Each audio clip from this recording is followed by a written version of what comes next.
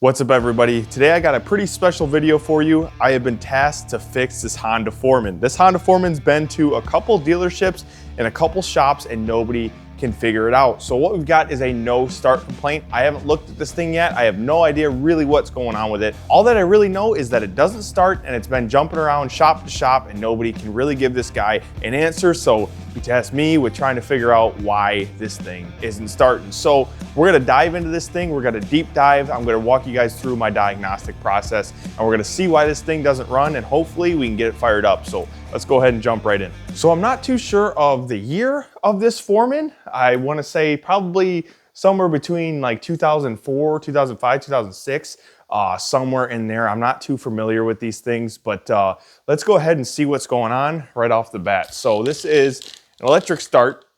We're gonna go ahead and turn the key on, and then we got a start button down here. We're gonna go ahead and try to start this thing and see what happens. All right, so we've got a click from the solenoid. Hear the starter trying to go, nothing else. So let's dive in, let's pop this seat off and then see what our battery voltage is. All right, so lift that seat off of there and then we got our battery under there. And then we're gonna put our meter on there and see what the voltage is reading. All right, 12.5, that's good, but the important part here is that you hold the meter on there and you look, you also try to crank it and see what our voltage drops to. You can see we had a drop of 8 volts. We could just have a dead battery, but if it was a dead battery, I doubt they ever would be jumping from shop to shop. So let's look at that a little bit more. I'm gonna go ahead and get this battery on charge for a while, about a half hour to an hour. I got a pretty good charger over there, so that thing really, really works. But I want to bring you guys over here because notice it's got a brand new starter on it. That is not a starter I put on. The cover and everything was off, so just want to point out that it's got a brand new starter. So we're gonna get this battery charged up. I'll be back in like 30 minutes to an hour, and let's see what happens then. Okay, so we're back. That battery cooked for probably about an hour, so we're gonna go ahead and try to start it and see if we can get a crank. Once again, I sincerely doubt it.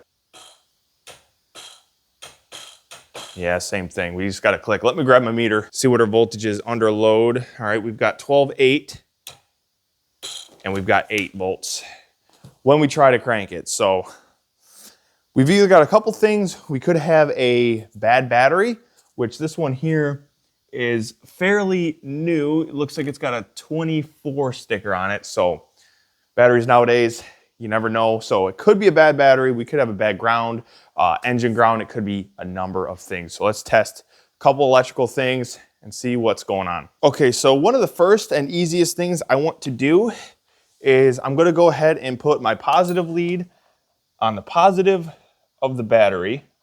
I'm gonna set that there and get my arm out of the way. And then I'm gonna go ahead and touch this to ground.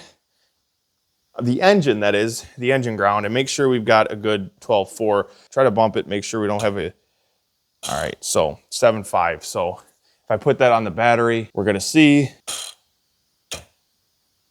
So we've got about the same voltage cranking from the engine case versus the actual negative on the battery. So we know our engine ground is good. That's a very quick, easy way to tell.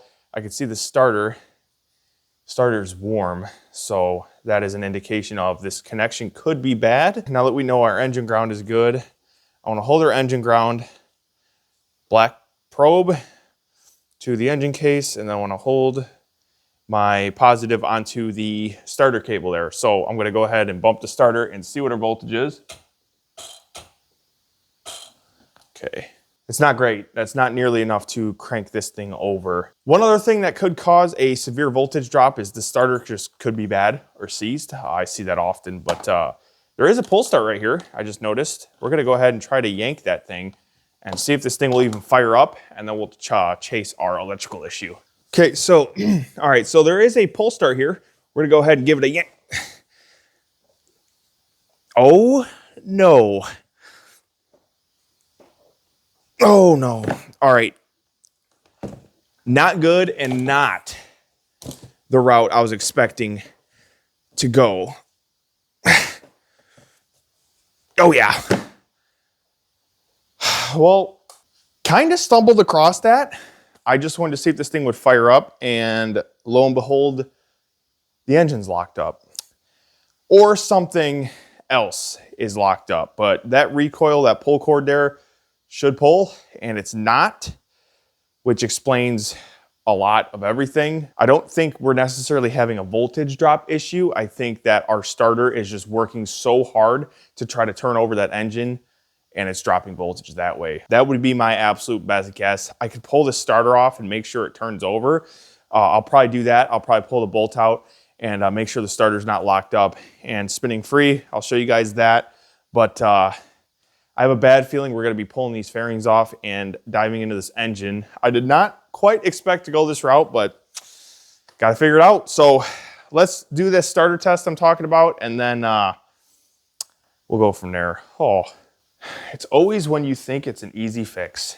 Okay, so it looks like there should be 2 bolts that hold this on, but there's only 1 in our case currently. I'm just gonna pop this bolt out, get this starter out of here, and see if this thing's free. The starter that is, and see if we can get the starter to turn over with the battery power with it out of the engine. I think that it most likely will, but better be sure. Looks like you kind of gotta pry back on this. Yep, get it out of that case, just like that. There it is. Make sure this is free, which it is. And then if I were to hit the button right now, nothing's gonna happen. Right? We actually have to ground this thing to the engine right there on the back, because starters are grounded through the casing and then the power comes in here. We might get a little shock. We might get a big arc here, but hold this thing real solid. Don't quite recommend this at home. Yep, you could see I'm only gonna do that once because you've seen that arc, but that starter is working just fine. So I'm gonna pull the fairings. I really hate pulling fairings on quads, but here's a better view of this pull cord back here. You can see I got it in my hand and absolutely nothing. You could probably lift up the quad with that. All right, I'm gonna set you guys down, do a time lapse of getting these fairings off because I hate pulling quad fairings, but I don't wanna bore you guys and watch me rip off all these fairings. So yeah, let's do a time lapse. All right, so we got the fairings off. Luckily, that wasn't really all that bad. I don't know what I was complaining about. I'm gonna go ahead and dig into the top end of this thing first. I know that sounds crazy, but first thing we're gonna do is pull the plug and stick an inspection cam down that cylinder just to see how our bore looks and everything. Make sure our piston didn't become 2 pieces. But before I do that, I gotta blow this thing off because it's real nasty under here. Safety squints.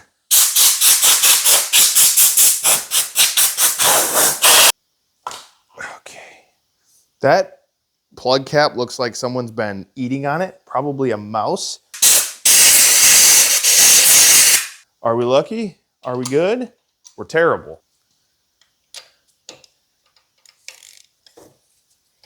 I don't know what to expect once we get this off. I'm hoping it's not that bad in here. And I'm hoping it just looks normal. That would be nice. I've got a strange feeling that the reason we're locked up is because the cam chain let, but I'm not super familiar with these Hondas and what the problems are when they lock up, but yeah, that plug's looking pretty good. You know, I never checked the engine oil. Let me do that. Sometimes I can skip steps. Yeah, there's oil in there. So as promised, we're gonna get this inspection cam down here. Let's see what it brings. Okay, so that looks really good. I don't see, hopefully you guys can see that pretty well. I don't see anything crazy in there. It actually looks surprisingly clean. So good sign there. Let's go ahead and pull those rocker caps off and see what those tell us. Oh, geez. Looks good on this side. Or the reason I'm not immediately pulling this valve cover off is because it looks like the head studs are holding it down as well. And I really don't want to do that yet, but I might have to. Working on, what the I hope you guys heard that in the camera, because I think one of them stink bugs came for vengeance. Gosh, right in my mouth. That's the, this is the tough thing with having a locked up engine, is like, it's always kind of hard to know where to start exactly. I usually like to try to start from top to bottom. Obviously, I mean, tearing down the engine, you have to go from top to bottom most times anyway, especially if we're keeping it in the frame like we are here. Those electric ratchets, they're pretty sweet, by the way. If you guys were kind of like on the fence about getting one, highly recommend it. Oh yeah, those are nice and tight. Ooh, either my ratchets are stripped. Yeah, no, that's not good. Okay, so a bit of a predicament right now. The head bolts that I did not want to take out are seized, or the head nuts, I should say. Not great, obviously. I really don't want to snap a head stud going down into the engine. Then we have to tear it apart further, unfortunately. I'm going to try some heat and see if I can break those loose. Hopefully they pop loose and don't snap, because if they snap, we're cooked. Hey, we got a nut off. Ew. There's two. Come on now. If you guys are curious, what I'm doing is hitting the impact in reverse, switch it to forward, do that, work the nut back and forth, and a lot of times stuff will come loose that way. So, little update as I'm pulling this off, just for you guys curious. Yes, the KX250 is still being built. I'm currently working on an episode for that now. We're building the suspension. I do apologize for the lack of videos and the delay in videos on the KX250 build, because as you guys know, I started a business and I didn't quite think it would take up as much time as it has. You guys have been killing it with the orders and the design ideas and the design requests. They've been fantastic. So I've been super busy with CBB 3D. If you guys are following that, thank you very, very much. If you guys are following along or bought tools, thank you. So been very, very busy with that. I did not know how much of my time that was going to take up. So I had to kind of put the Cowie build a little bit on hold, unfortunately, until I got all that stuff done for CBB 3D. But things have been going fantastic with it, and I couldn't be any more thrilled. You guys have shown me a lot of support there, so thank you very much. Take it off. There we go. Okay, it looks like the rocker arms are going to come out with this. And it's a pushrod engine.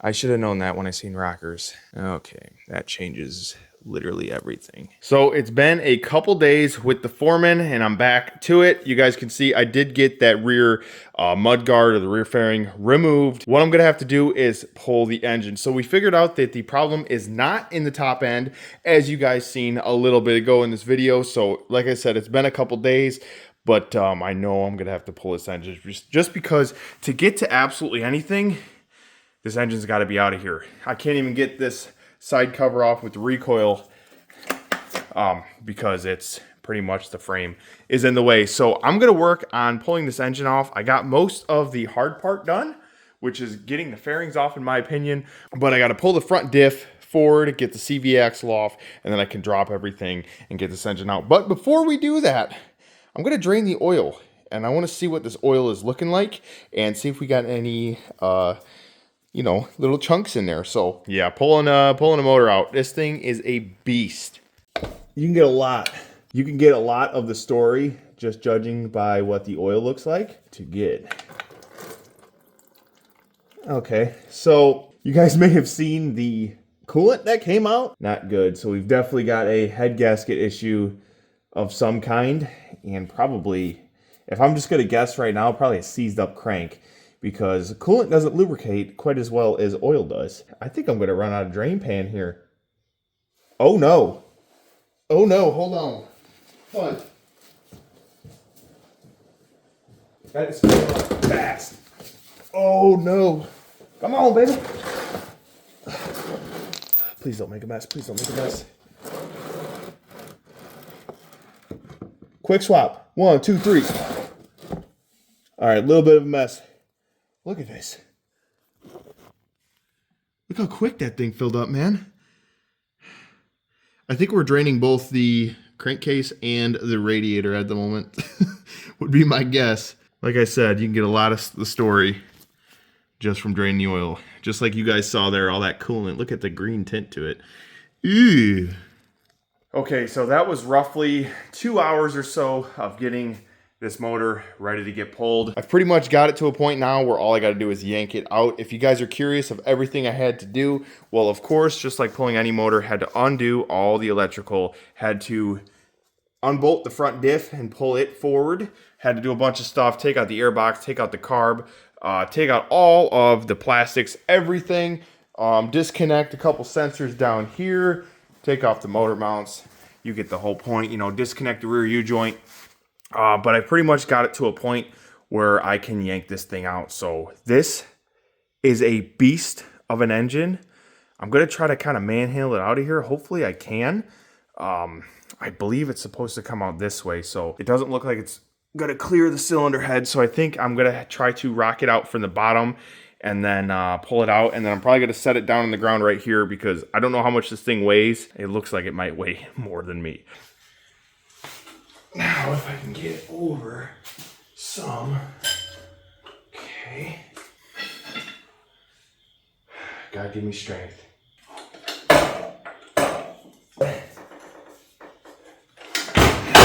Ooh, almost dropped it.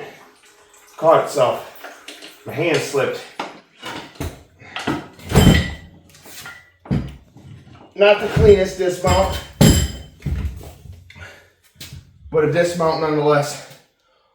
Ooh! Oh, it's actually not that heavy. I mean, it's heavy, but it's not terrible. I'm probably gonna work on it. It's on the bench. Call me whatever you want. But that is a beast. Holy cow. Definitely heavier than a street bike engine. Those are pretty heavy, but that's it's got it beat. This bench is high too, and lifting it up there was yeah, it was pain, but we got it up there. It's getting pretty late tonight, so I'm probably gonna hold off to tearing into this thing. But we're gonna jump in to this side first. It is now the next day, and we're gonna go ahead and dive right into this engine. First thing we're gonna do is pull this side cover here. You can see that the cylinder head is off. I did pull that real quick last night just to get it out of the way. But let's start on pulling the side cover because I kind of feel like our issue is gonna be in here, but we will know for sure real soon here. Bigger impact. Looks like we've got a number of 8mm bolts here.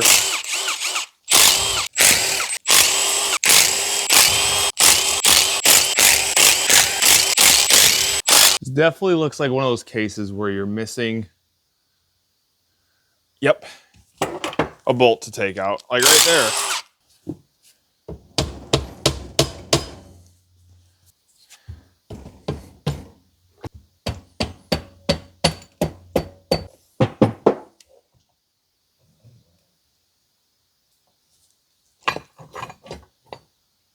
Okay. Oh, wow. Oh, wow. Holy cow. Look at that stator. That thing got ate alive. Let me wipe my hands and bring you into this flywheel here because I don't want to disturb nothing. I want you guys to see that. Okay, so I'm putting some light on there for you. You could see that these flywheel bolts worked themselves out and chewed up that stator. There's 4 of them here. You can see there's, what, 2 still in the stator? Oh, wow. Now you can see all those chunks, and I'm really hoping that those chunks didn't work their way up through. There's a sump down here. We're gonna pull off this oil sump right here and see if there's a bunch of chunks in the bottom of that real quick. I've seen stators blow apart before, but I was not expecting it. on this this job here. I figured we had a seized crank or something with all the coolant in that bottom end. But it's a good thing we're in the engine. I mean, we had to pull it to get this stage anyway, so we're going to pull this sump real quick. See if we can get this back in there. Yep. See if this sump has got a bunch of... oh, okay, not too bad. So that's what our sump looks like. Not bad at all. I don't see any big chunks in there, so most of our shavings stayed centralized into our flywheel here. Oh, you can see that one was hand tight. How about this one here? Same thing, hand tight. That's insane. It must have made a nasty noise when it ran. Yeah, this flywheel certainly takes a puller. I'm not sure if I have it or not. But the good news is, as you can see, our engine is now turning over free. So we've got nothing dangerous in there. We're still going to reseal and gasket this thing, but yeah, nothing crazy locking it up. It was just that stator being shot. So here's a closer look at that stator. You can see those bolts just tore that thing apart absolutely, just terribly.